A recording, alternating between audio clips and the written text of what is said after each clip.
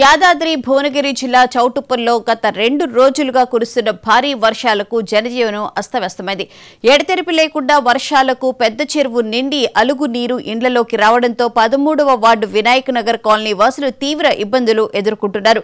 అధికారులు స్పందించకపోవడంతో కాలనీ వాసులు తమ సొంత ఖర్చులతో అలుగు కాలువను వెడల్పు చేస్తున్నారు. గత పాలకుల నిర్లక్ష్యం, అస్తవ్యవస్థ డ్రైనేజ్ వ్యవస్థే తమ ఇళ్లు మునగడానికి కారణమని వారు ఆరోపిస్తున్నారు.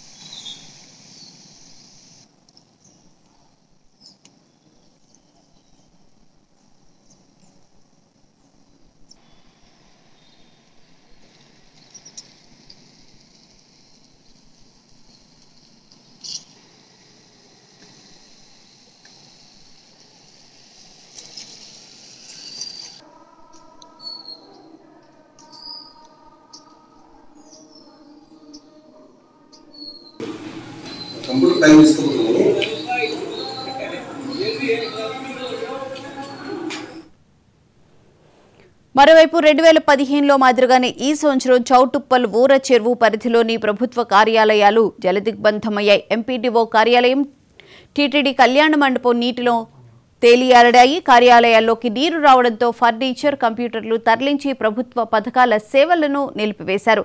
ఎఫ్టీఎల్ పరిధిలో ఉన్న ఈ కార్యాలయాలను వెంటనే వేరే చోటుకు మార్చాలని చౌటుప్పల్ ప్రజలు ప్రభుత్వాన్ని కోరుతున్నారు.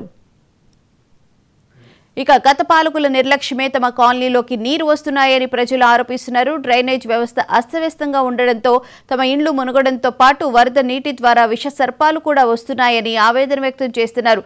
ఇప్పటికైనా పాలకులు చౌటుప్పల్ అలుగు వెళ్లే కాలువను పెద్దగా చేయాలని కోరుతున్నారు. దీంతో పాటు చౌటుప్పల్ ఊర చెరువు ఎఫ్టీఎల్ పరిధిలో ఉన్న ప్రభుత్వ కార్యాలయాలను తక్షణమే వేరే చోటుకు కొత్త భవనాలు నిర్మించి ప్రజలకు సేవలు అందించాలని కోరుతున్నారు. ఇదే అంశానికి సంబంధించిన పూర్తి వివరాలను మా ప్రతినిధి రాము రెడ్డి తెలుసుకున్నారు. రాము, చెప్పండి, వర్షం పడిన నేపథ్యంలో ఇళ్లలోకి అలాగే ప్రభుత్వ కార్యాలయాల్లో కూడా నీళ్లు వచ్చాయి, చెరువును పెద్దగా చేయాలి అని చెప్పి అక్కడ స్థానిక ప్రజలు అడుగుతున్నట్లున్నారు కదా. దీనికి సంబంధించి ప్రభుత్వ అధికారులు ఏమైనా స్పందించడం జరిగిందా?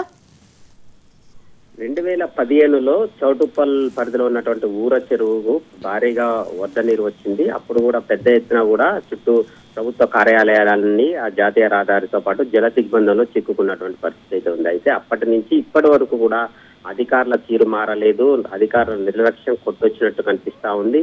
వర్షాలు పడ్డప్పుడు అడావుడి తప్పించి తర్వాత కనీసం పట్టించుకోవడం లేదని చెప్పేసి కూడా అక్కడ ఉన్నటువంటి స్థానికంగా ఉన్నటువంటి 13వ వార్డు వినాయక్ నగర్ కాలనీ వాసులు కూడా తీవ్ర ఆవేదన వ్యక్తం చేస్తున్నారు, ఆగ్రహం వ్యక్తం చేస్తున్నటువంటి పరిస్థితి అయితే ఉంది. గడిచిన 4 రోజుల నుంచి కూడా ఇళ్ల చుట్టూ నీరు చేరడంతో కూడా బయటికి రాలేని పరిస్థితిలో ఉన్నామని చెప్పేసి కనీసం డ్రైనేజీ వ్యవస్థను మెరుగుపరిచే కార్యక్రమాలు చేపట్టడం లేదని చెప్పేసి కూడా చెప్తున్నారు. దీంతో కూడా తాము ఇళ్లలోకి వచ్చినటువంటి నీరును తమ సొంత ఖర్చుతోటి కూడా బయటికి తోడే ప్రయత్నం చేస్తున్నామని చెప్తున్నటువంటి పరిస్థితి ఉంది. అదేవిధంగా ఇళ్లలోకి వరద నీరు రావడంతో పాటు విష సర్పాలు కూడా వస్తున్నాయని చెప్పేసి కూడా వెంటనే అధికారులు స్పందించి డ్రైనేజ్ వ్యవస్థను మెరుగుపరచాలని కోరుతున్నారు. మరోవైపు ఏదైతే ఊర చెరువు ఒక్కసారిగా నీరు బయటికి రావడంతో కూడా ఊర చెరువు నిండి చుట్టుపక్కల కూడా మొత్తం జల దిగ్బంధంలో సమీపంలోని కాలనీ వాసులందరూ కూడా చిక్కుకున్నటువంటి పరిస్థితి అయితే ఉంది.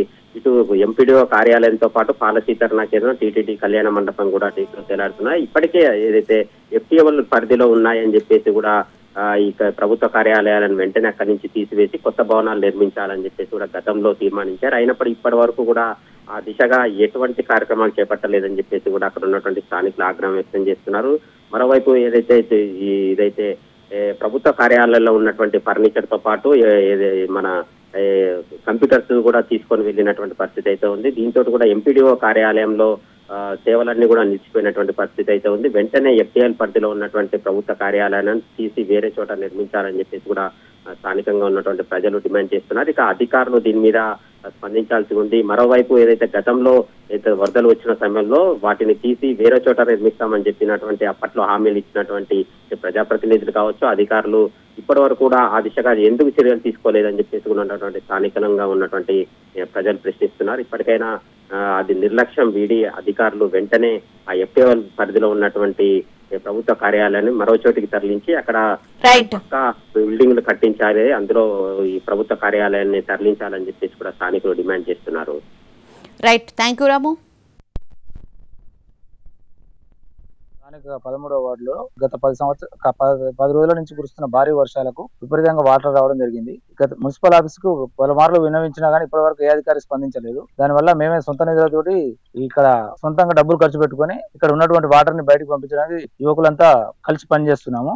దీనిపై అధికారులు దృష్టి పెట్టాలని కోరుతున్నాం. వారం రోజుల నుంచి కురుస్తున్న వర్షాలకు వినాయక కానీ నిండా మునిగింది.